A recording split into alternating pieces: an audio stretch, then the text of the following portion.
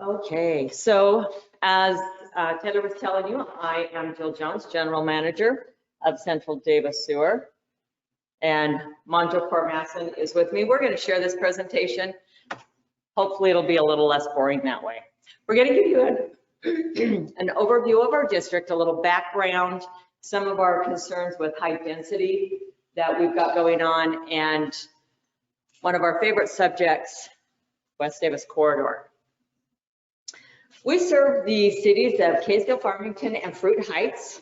We have population of about 64,000 residents.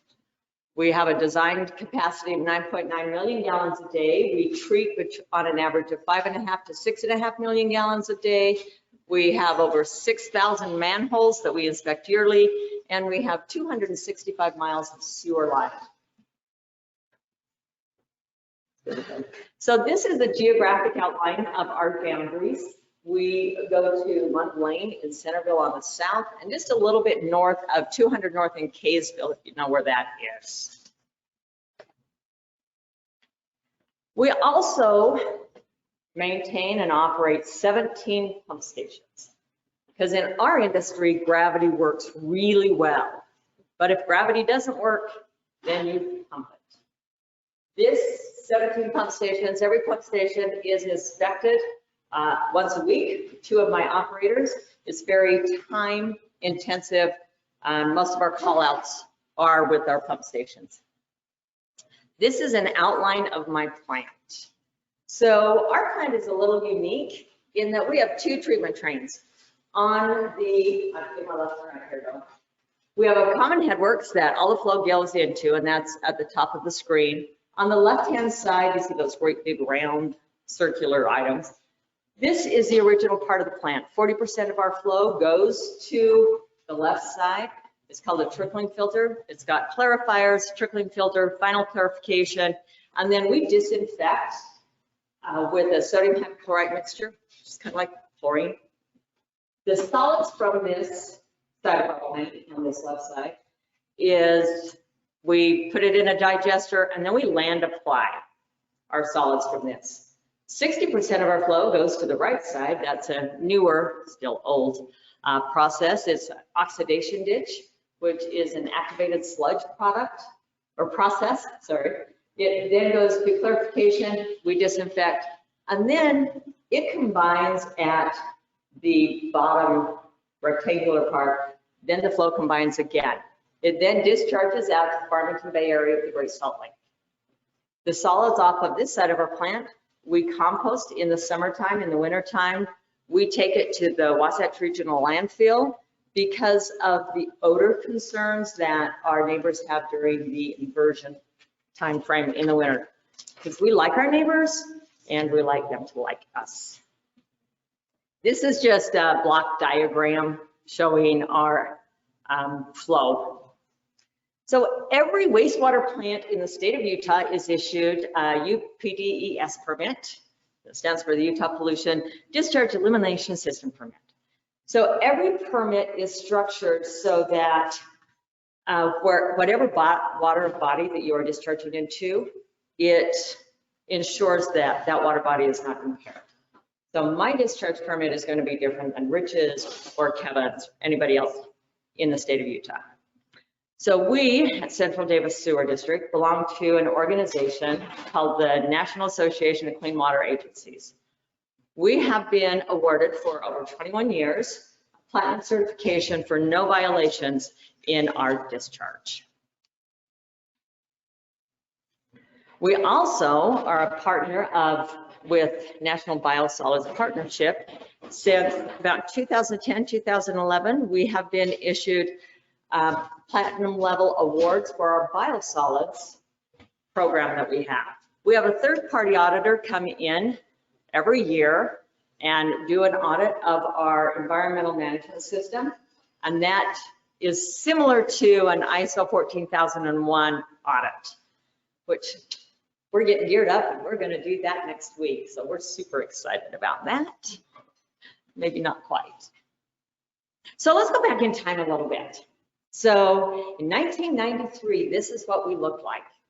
We do own 240 acres around my plant. And the plant is kind of right here in the middle. You see the little rainbow circles. That's our old part of the plant. At this point in time, we were just barely building the oxidation ditch. Life was fabulous. We didn't have any neighbors very close. We didn't have odor concerns much. You know, this is kind of where you want to be if you deal with wastewater. Well, then 2010, and you can kind of see we're getting a few more neighbors closer to us. We're becoming a little bit more aware of our odors. We're getting to meet some of our neighbors more than we want to, trying to eliminate and mitigate their concerns with us. 10 years later, it's 2020, and we have development right up on our border. We are becoming very good friends with our neighbors. There was one, if you see just below us, we've got some other little buildings there. We have a mink ranch right next to us that we kind of shared in the odor concerns with them. It was great to blame it all on the mink farm. They are now gone because things were going to come up too. So I told you before, so if you look here, you can see out to the left, you can see this strip of ground. This is our discharge. As I mentioned, we discharge to the Farmington Bay area of the Great Salt Lake. And I don't know if many of you know, but it is being invaded by Phragmites. It's a big, tall, invasive species of a weed that we all hate. And so we try to keep our channel open, and you can see that right there. This is a video of our outfall. Again, we have 6.5 million gallons on average go through this. We have extensively worked to keep this channel open so the water gets out to the bay and it's not all sucked up with the Phragmites. This is intensive during the summer that our guys go out and help chop these down. They've done a really good job. For our staff, we have a total of 25 employees. We are governed by a 5-member board of trustees, and they are elected at large. I have 5 treatment and 5 collection operators, 2 part-time labs. We are a certified laboratory.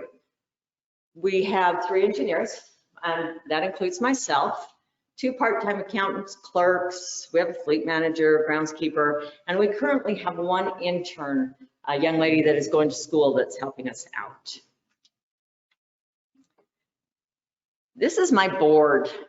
As I mentioned, we have a 5-member board. Every year, we get in a golf cart and we drive around the plant to let them see what we do, how we do it. It keeps them involved. They understand better where they're spending money, some of the issues we have, the problems we have. This is what we do. We get up early in the morning, we stay up late at night. If you look down here on your lower left, we even get in a canoe and get in our oxidation ditch. Now that is some dedicated people right there. I tell you. Not my board, this is my operators. This is why we like our board, because they allow us to do all these fun things. So, as I mentioned, we discharge to Farmington Bay, Great Salt Lake. Great Salt Lake is constantly changing, and although it's gone up and down, this is a time-lapse video of it. As it goes up and down, it is, at the end, it is in a continual decline. Great Salt Lake, some people don't like it. They think it's a waste of water, but the Great Salt Lake supports economic benefit to the state of Utah in 2010 dollars of $1.3 billion, over 7,000 jobs. And it's also on the migratory path for the Western Hemispheric birds going through migratory. So it is a very important part of the state of Utah for economic and the ecology. So some of the fun toys that we get to do at my place is to keep those Phragmites away. We have on your right, it's called the Marshmaster. It's a big tank. So we have on the back of that, you can put a mower It grinds stuff up, it mats stuff down, we spray those darn things. We do everything we can. We work with the Fire, Forestry, and State Lands. On the left, we have a side-by-side that has tracks on it so that if we have a problem, we can go pick up our operators out of that tank. We've not had to use it that way. We do access it to go out and do some sampling. We do a lot of research on Farmington Bay and the Great Salt Lake. We do water samples, we do core samples. We look at phosphorus as it transfers up and down into the water column. We look at cyanobacteria that's in the lake. Manjot's in charge of all of the research, but we have a hovercraft and we have an old airboat.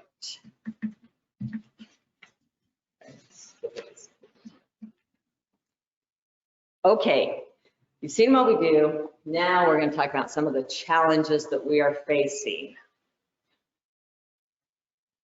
You may all know that there is a new freeway being constructed on the west side of Davis and Weber County. It's called the West Davis Corridor. Once the final alignment was determined, it has taken us over 3 years of negotiations for our plant. They are taking out more than 40 acres of our property. This is where it goes from the south end of our district up to the north end of our district. That's the yellow line you can see on the left-hand side. As I mentioned, one of the ways that we dispose of our biosolids is land application. We land apply down there on the left. It is a manure spreader. It's a liquid product. We spray it out there. And then from that, we grow alfalfa that we sell to the local farmers.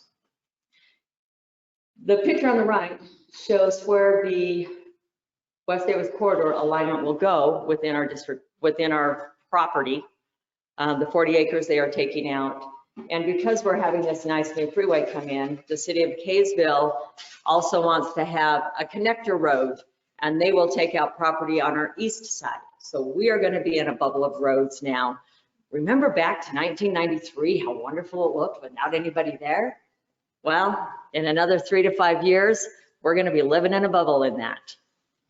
And we will definitely get to know neighbors when they smell me that far.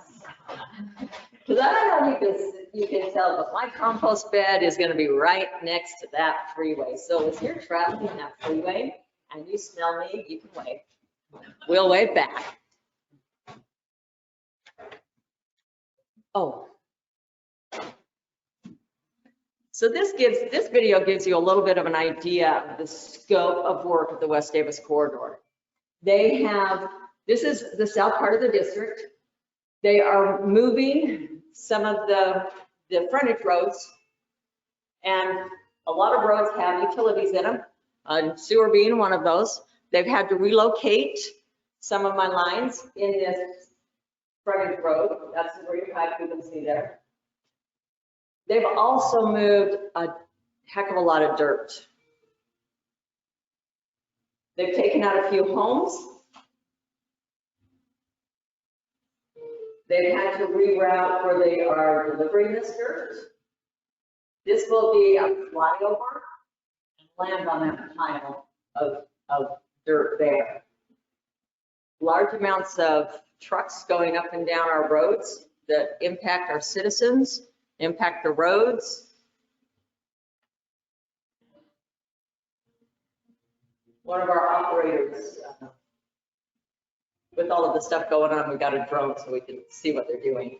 A lot of this you can't see because it's not really close to any of the homes, so to get a better idea, this is the whole width of what the road's going to be. This is the right-of-way to right-of-way line. In addition to West Davis Corridor, Highway 89 is being expanded. It's going to be a 3-lane highway, 3 lanes in each direction.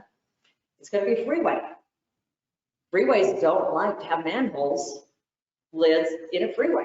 So again, we are moving sewer lines and all other utilities that are in that road. And the interesting thing about sewer and storm drain, back to gravity works.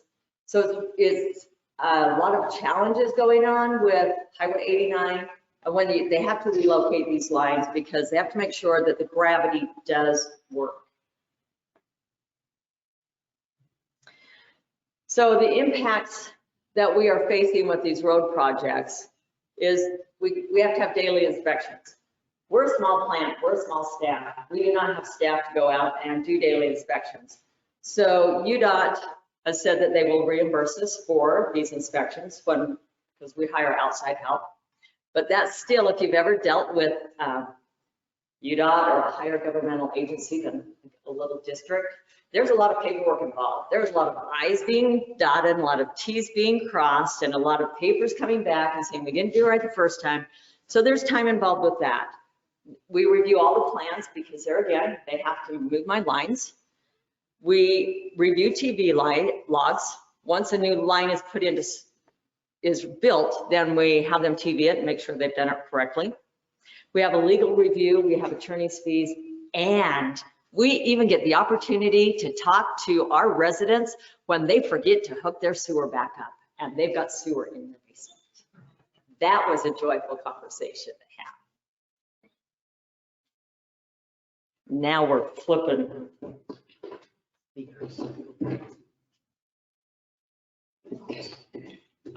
Thanks, Jill. Okay, let's see. So Central Davis Sewer District maintains the treatment and the reflection system.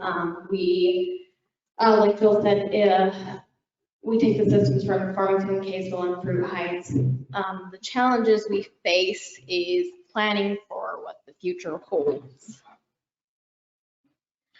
So about 10 to 15 years ago, the district evaluated their collection systems and looked at all of our major trunk lines, and we went to our cities and said, what do you think the future will hold? And at that time, they had indicated that, you know, we love single family homes and we want to maintain single family homes. So the district, with of course safety factors, planned for that. We planned all of our trunk lines around single family homes. But now the cities have come back and said, well, we don't have enough homes for our future generations. So we want you guys to accept more homes. So we, just in the past year, we've gone back to our cities and kind of had this conversation of what do you think is coming now? And so if you notice, this is a map of a zoning map of Kaysville. All the yellow is the single family homes. But if you notice, there's also about 87 acres of agricultural land remaining where they do plan to put high density in. This is right by, so it's about 265 homes, 14 units per acre. Luckily, this is biased and next to a trunk line, so we didn't really have major issues with this one. But this is kind of what we're seeing, and this one I think is just townhomes.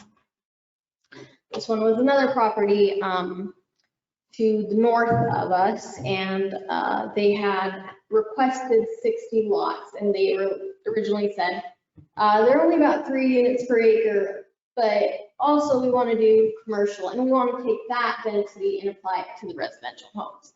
So it's really not that much, but then when the plans came in, they were about 10 units per acre, and the commercial property they planned for fell through last year because they were going to put a Topgolf, and because no one wants to go out anymore because of COVID, it's no longer happening. So only a portion of that got built.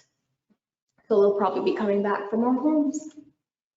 This is another property. This was a family development. They put single family homes enough for their families, but then at the back end they wanted to put smaller lots as well as townhouses. This was in the 2015 time frame, and this one is about 2 to 7 homes, units per acre. So not too bad, but still a lot more than we were used to, which was 2 to 3 homes per acre. This is another one that's coming in. It's getting built right by North Davis Corridor Interchange, and they were like, well, we would like to get a little bit more density. So this is about 4 units per acre and a total of 120 homes. So Kaysville was a little bit more less on the density, but let's go and look at Farmington. Farmington is very pro-density at this point in time, and they are requesting more business in their area. And because they want more business, they also want homes to be able to have a greater population. So we went to Farmington City and said, okay, what's your plans for the future? And so they gave us kind of this map, and the orange shows all the vacant property. So they really looked at this and said, okay, this is all of our vacant property. How much density do we think we can go in? And this is kind of a forecast from 2019 to 2050. But let's kind of zoom into the heart of Farmington, which is their business office mixed-use park, which means that there'll be some commercial spaces along with townhouses and apartments. The blue is the commercial space.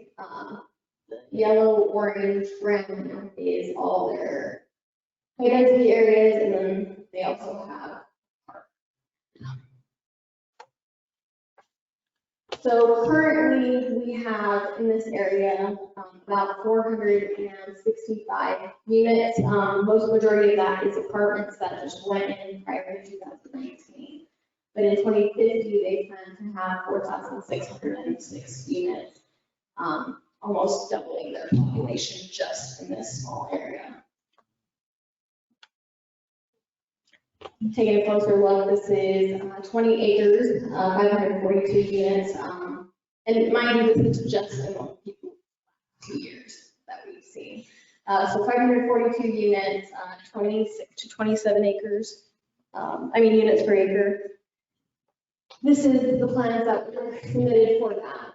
So the orange is apartments, yellow is townhomes, red is affordable housing, which is just more apartments, and if you notice the little blue square, that is your commercial. This one is 2 acres and planning 50 units in that. If you notice, it's just a single home currently. So this is another one. This is about 342 units on 13 acres, and it's going to be about 26, 27 units per acre. This is another one. It is, let's see, 11.3 units per acre, and the interesting thing about this one, it was supposed to be storage shed units until neighbors came to the city council and said, we don't want commercial space near us, so we don't want housing. This is another area where Farmington plans to put kind of office mixed use, and this is about 10 to 15 units per acre. Okay, the last city is about only 6,000 residents, so it is much smaller, but even there we are seeing a change of pace coming. This was just a family property, 3 homes on septic tanks. And if you notice the green line, that is the sewer line currently. But just a year ago, we did not have that sewer line. So that property was not even able to sewer at that point. And now we are going to see 80 units in that small area. Back to Bill. So the fun part about development is the rapid digging that goes on. So as you can see, there's a pipe there that's got a hole in it. That's a pressure line. That's not supposed to be there. So that came from one of our bigger pump stations. The guy was in a hurry, knew where the pipe was, knew it was there, thought he could get just a little closer with that bucket, and he got a little too close.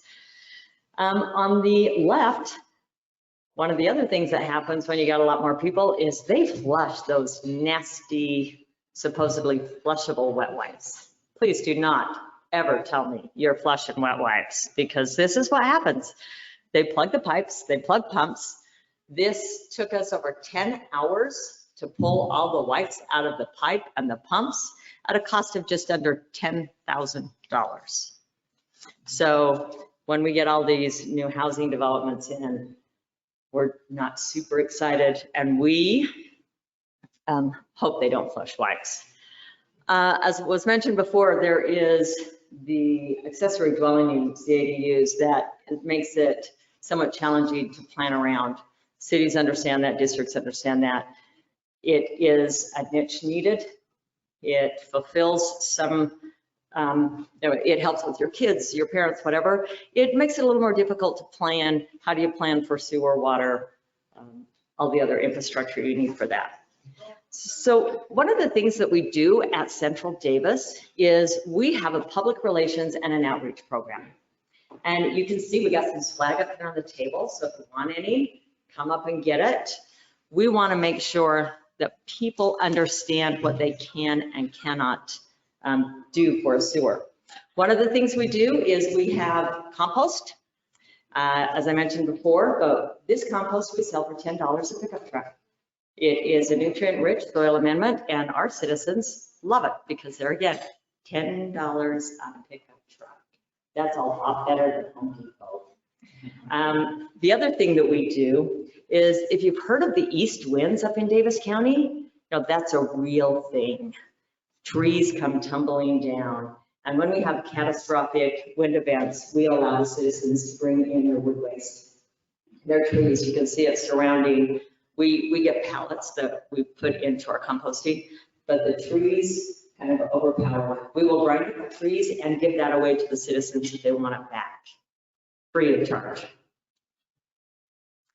If we get an odor complaint, we have an immediate odor response. We have an H2S meter, it's called a Jerome. We go out and test that. We have a wind meter that we take and we see what way the wind direction is going to see if possibly, if it's not coming from our plant, oh, maybe it was the shrimp you put in the garbage that you forgot about a week ago. That really happened to us. We also, on the right, we have, it's called a nasal ranger. That will determine the intensity of the odor. We bring all this out. We try to let them know that we are concerned, we're listening to their concerns, and we're trying to mitigate the odors that we have. How does the nasal ranger work? Oh, it's super cool. So, wait a minute. Okay, oops, sorry. So if you see, so you put it up to your nose, and it has a carbon filter on both sides. It has differing sizes of air that can be brought in and other air that is filtered. So if you can still smell that and you're bringing in the smallest amount of air, that's a pretty intense smell. So everybody is different. My smeller is not as good as some people because born and raised on a farm, and I work at wastewater. There you go. So some people have a lot more sensitive nose, and so we let them try it out also. So we have a odor program that we try to make sure that off-site odor does not hit a certain threshold. So that's how it works. Kind of fun. If you want to come up, we'll show it to you. The other things we do is we do school presentations. We either have them come to our facility, we take them around, we show them what we do, and we show them the microbiology on a big screen. We also take the microscope to the school and we will show them that also, because it's pretty sweet to see a great big microbe on a screen this big eating other microbes. And they're moving around, kids think it's pretty amazing. So we have a poster contest also. The schools within our district boundaries, 5th and 6th graders, we encourage them to do a poster that tell them either clean water or what not to put down your pipes. We give cash prizes. We provide the school with paper. We provide them with a flash drive with all the information on it. We go and we give cash prizes for 1st, 2nd, and 3rd place, plus an overall 1st place. Plus, we give money to the winning school. It's a win-win for all of us. We use these posters to decorate our boardroom. So every year we get new posters and we get new decorations. So it's kind of a fun thing to do. We have presented at the state legislature on wet wipes. We have been in the newspaper. We have been on TV. We have done podcasts. We have been on the radio. We have made, like I said, we've got all this swag. We have stickers. We have flyers. We've got bags. We've got squishy balls. And this is our deal. Keep the wipes out of the pipes. Pee-poo paper, that's it. We have found a video that we show to all the kids that we are going to entertain you with on this. Any questions? We're done. Oh, yes.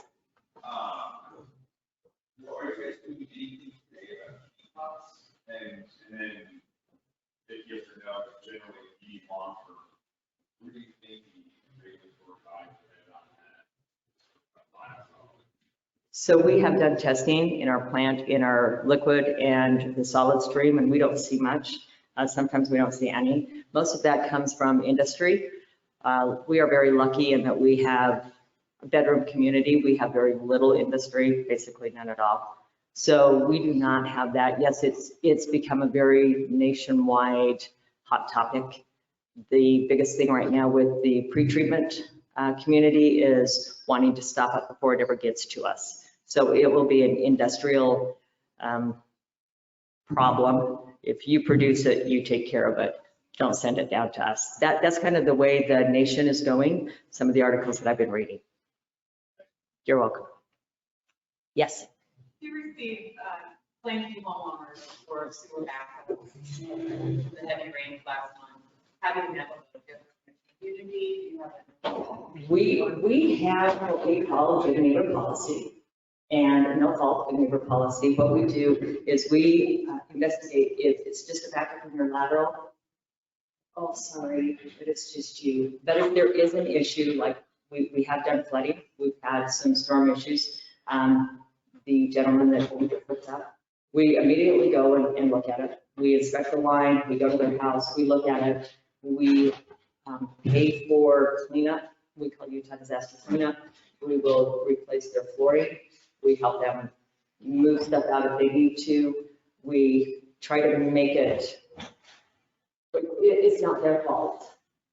It's rarely our fault also, but if it was a main line that somebody put something down, we had a lot of contractors sometimes that put gravel down, concrete in there, it's not their fault. So we try to make it as painless as possible to our residents, but we will do that. We will go in and help them clean it up. So we've spent some money on that, but it makes them much more happy. Yes.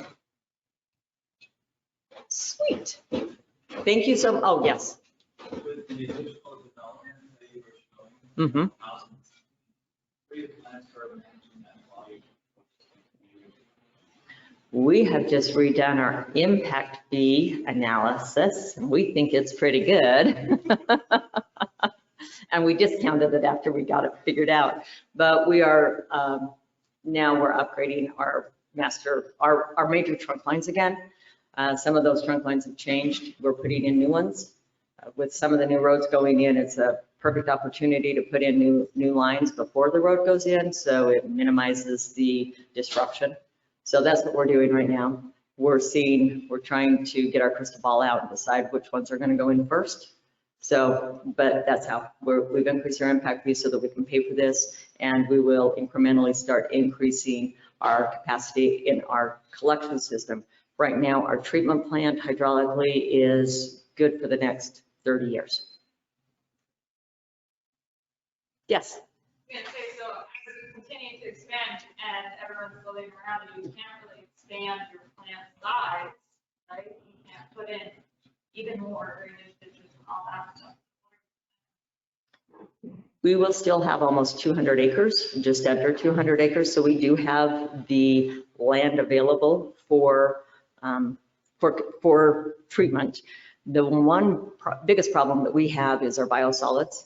That is a major cost for every wastewater plant is what to do with the solids as it comes out. So that is one issue that we are dealing with, is how do we do with that now that the road's coming in and we don't have that super cheap land application. We'll either have to dry it, we'll have to haul it to the landfill. We've got, there's an organization called the Water Environment Association of Utah. It's a Utah-based, part of a national group, but they do a student design problem statement that they can go on to nationals. But our plant dealing with some of this has been part of that. What do we do with biosolids? So we do have room to build onto the plant. It's what we do with the biosolids that's our biggest concern right now. Are wipes the biggest contributor to volatile biosolids? I mean, the flummable wipes probably increase the amount of biosolids, right? No. Wipes we get out before it gets there. Wipes are my biggest cost. Wipes are my problems, that's why I have to have backups for residents, because they get caught on any little nick in a pipe. If you get a root in your pipe and you flush a wet wipe, that makes a better dam than any beaver ever thought of in a stream. So wipes are my biggest concern, keeps me up at night. Biosolids is just people flushing. It's just part of the process. So, but no, wipes are nasty. Okay, nasty. Use them, throw them in the trash. Anybody else? Thank you so very much.